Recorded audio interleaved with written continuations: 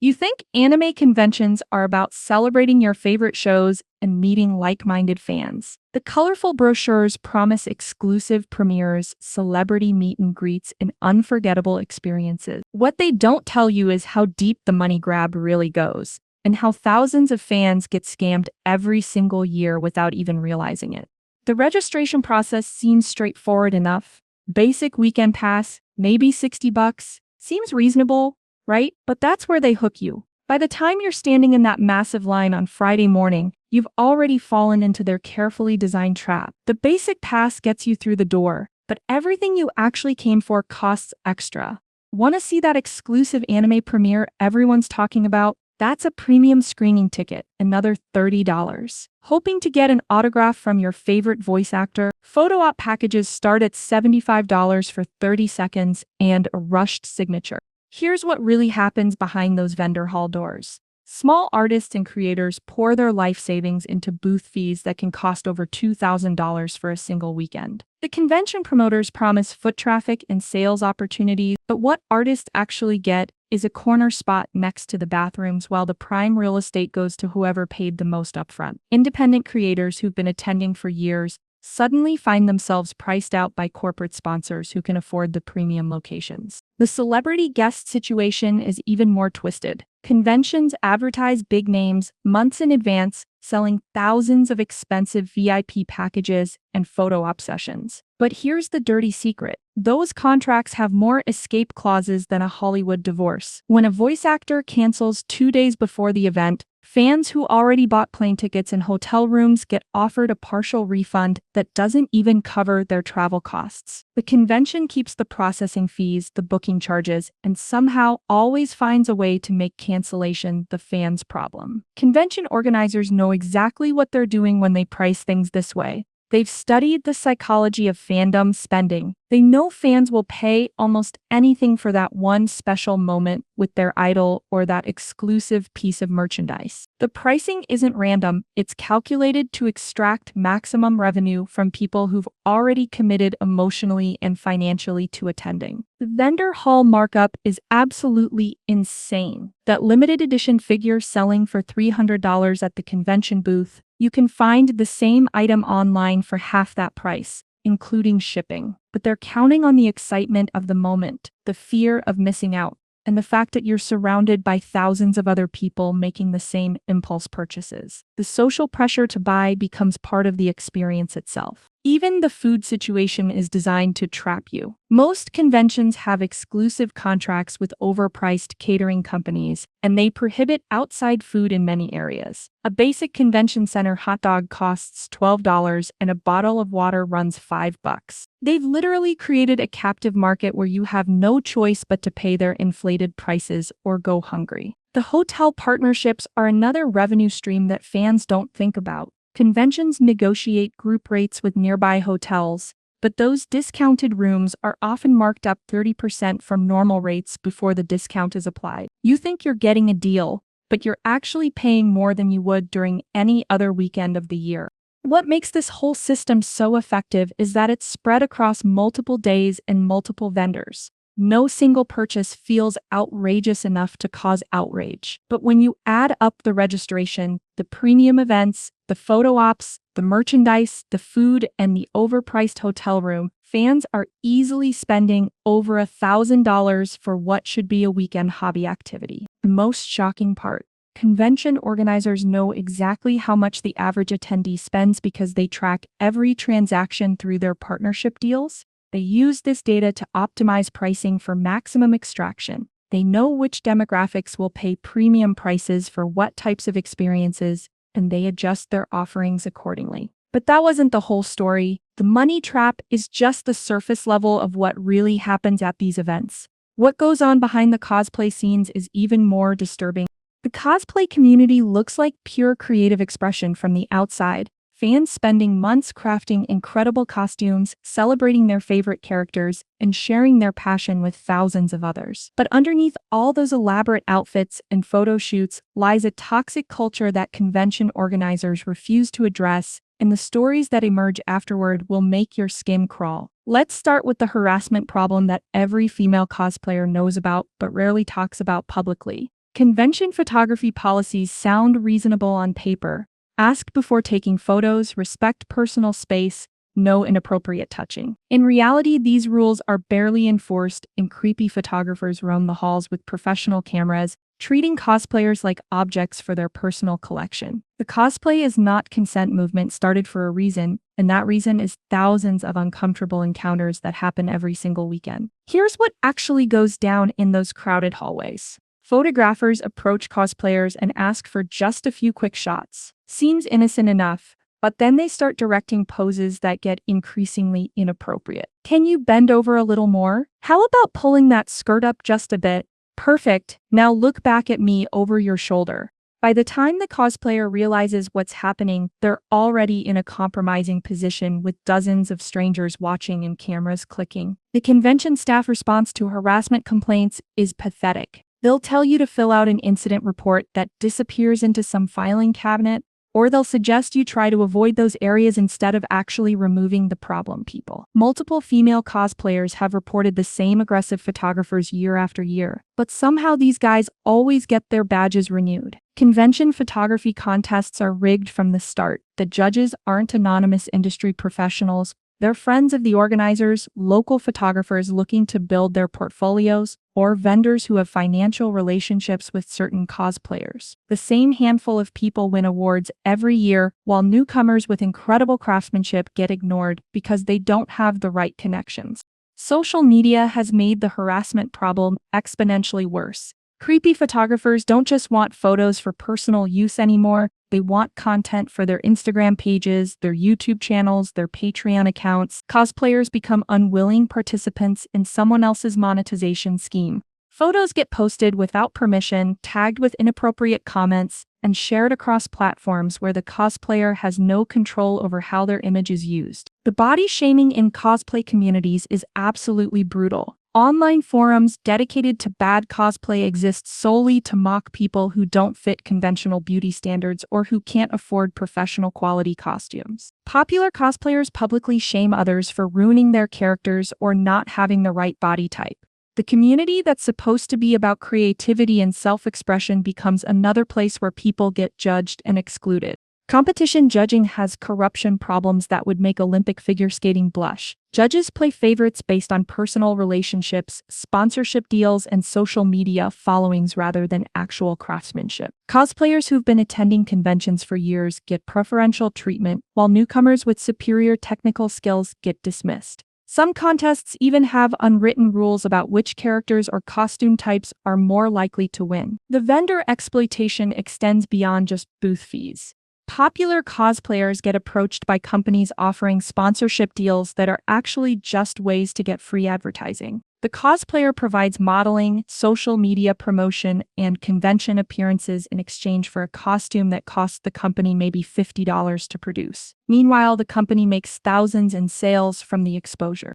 Convention hotels become hunting grounds for predators who specifically target young cosplayers.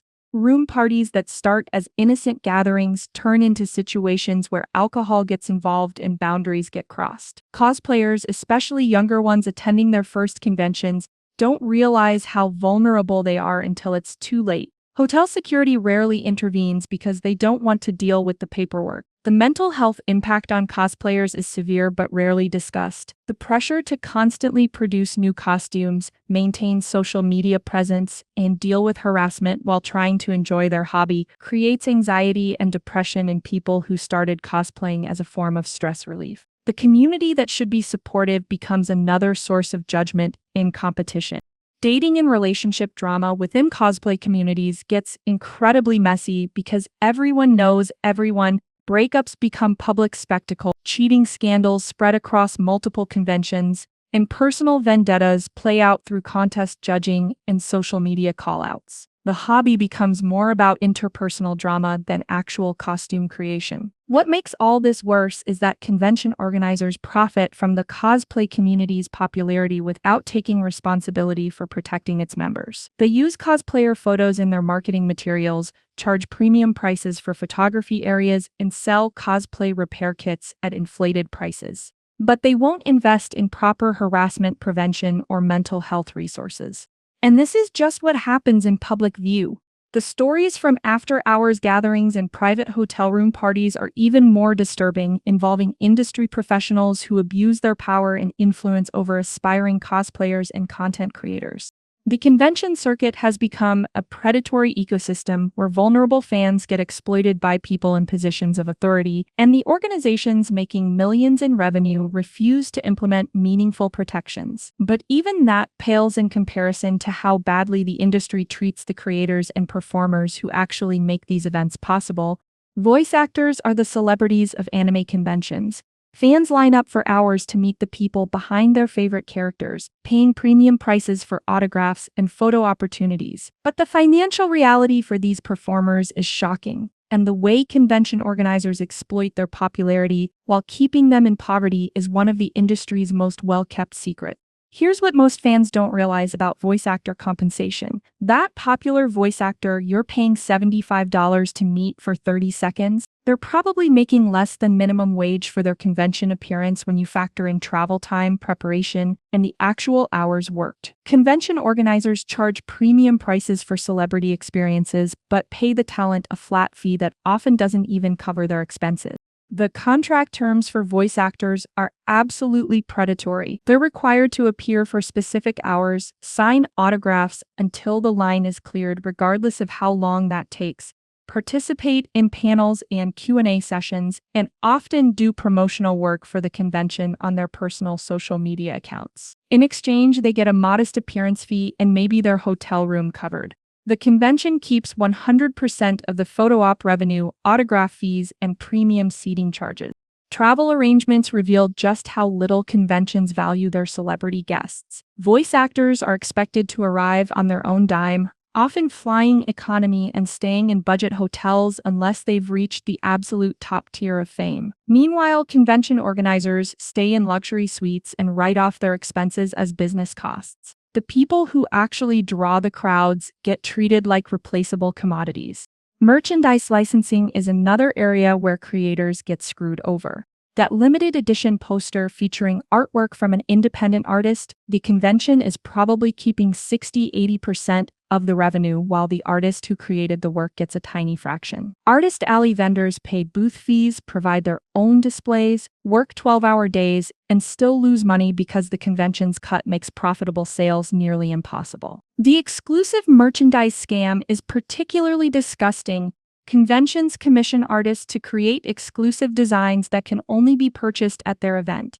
They market these items heavily, charge premium prices, and create artificial scarcity to drive demand. But the artists who create these designs often get paid a flat fee of a few $100s, while the convention makes thousands from each design. Corporate sponsorship deals prioritize big companies over the independent creators who built anime fandom in the first place. Major streaming services and manga publishers get prime booth locations, main stage presentation slots, and promotional partnerships. Meanwhile, independent artists, small publishers, and original creators get pushed to the margins despite being the ones who actually create original content. The panel and presentation system exploits industry professionals who are expected to share their expertise for free. Voice directors, animators, translators, and other industry professionals are asked to conduct educational panels and workshops without compensation beyond their basic appearance fee. Conventions charge attendees premium prices for these specialized sessions, while the experts providing the content see none of that revenue.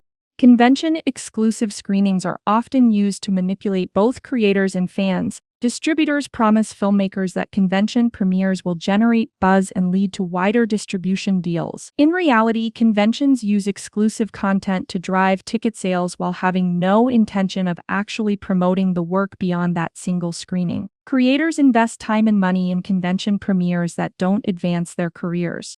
The influencer and content creator exploitation has reached new levels of absurdity. Popular YouTube channels and social media personalities are expected to promote conventions, create exclusive content, and appear at events in exchange for badges and basic travel coverage. These creators bring thousands of followers and drive significant ticket sales, but they're treated as marketing expenses rather than valuable partners. Photography rights are routinely violated by conventions who use images of performers, cosplayers, and attendees in their promotional materials without permission or compensation. That photo of you meeting your favorite voice actor ends up in next year's marketing campaign, generating revenue for the convention while you get nothing.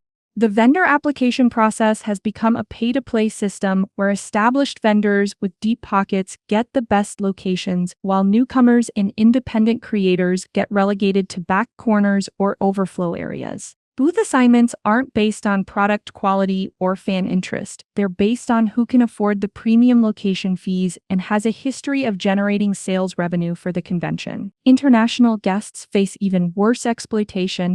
Voice actors and creators from Japan are often brought to American conventions under contracts that barely cover their expenses. They're scheduled for packed itineraries that would be illegal under normal labor laws, and they have limited recourse if conventions don't honor their agreements because of language barriers and unfamiliarity with American business practices. The convention circuit has created a system where the people who actually create the content that fans love are treated as expendable resources, while organizers and corporate sponsors extract maximum profit. Voice actors struggle to make living wages, artists can't afford booth fees, and content creators provide free labor disguised as exposure opportunities.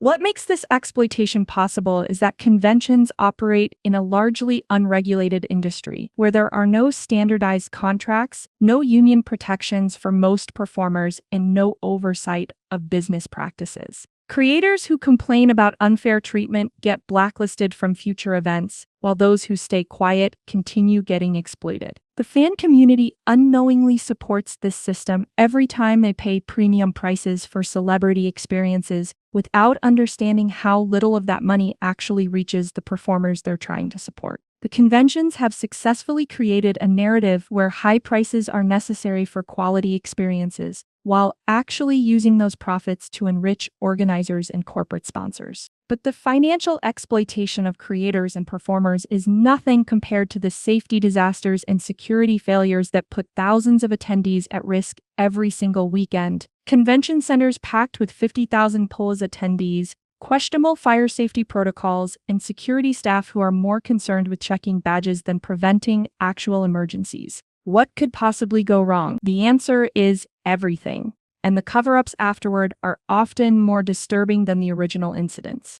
Overcrowding at major conventions has reached genuinely dangerous levels. Fire marshals set maximum occupancy limits for good reasons, when emergency exits get blocked by crowds, when hallways become impassable bottlenecks, when people literally cannot move in any direction. You're looking at a disaster waiting to happen. Convention organizers routinely ignore these limits because every additional attendee represents pure profit, and they're betting that nothing bad will happen on their watch. The 2019 incident at Anime Expo that didn't make the news is a perfect example. A main hall reached dangerous overcapacity during a popular voice actor panel. When someone in the crowd had a medical emergency and paramedics needed to reach them, it took over 15 minutes to clear a path through the packed audience. 15 minutes of CPR delay because convention security prioritized ticket scanning over basic safety protocols. The attendee survived, barely, and signed a non-disclosure agreement that kept the story out of the media. Hotel room horror stories go far beyond typical convention party drama. Sexual assaults, drug overdoses, and violent altercations happen regularly at convention hotels. But you'll never see them in police reports because convention organizers have financial relationships with local law enforcement and hotel management. Incidents get classified as medical emergencies or disturbances rather than the serious crimes they actually are.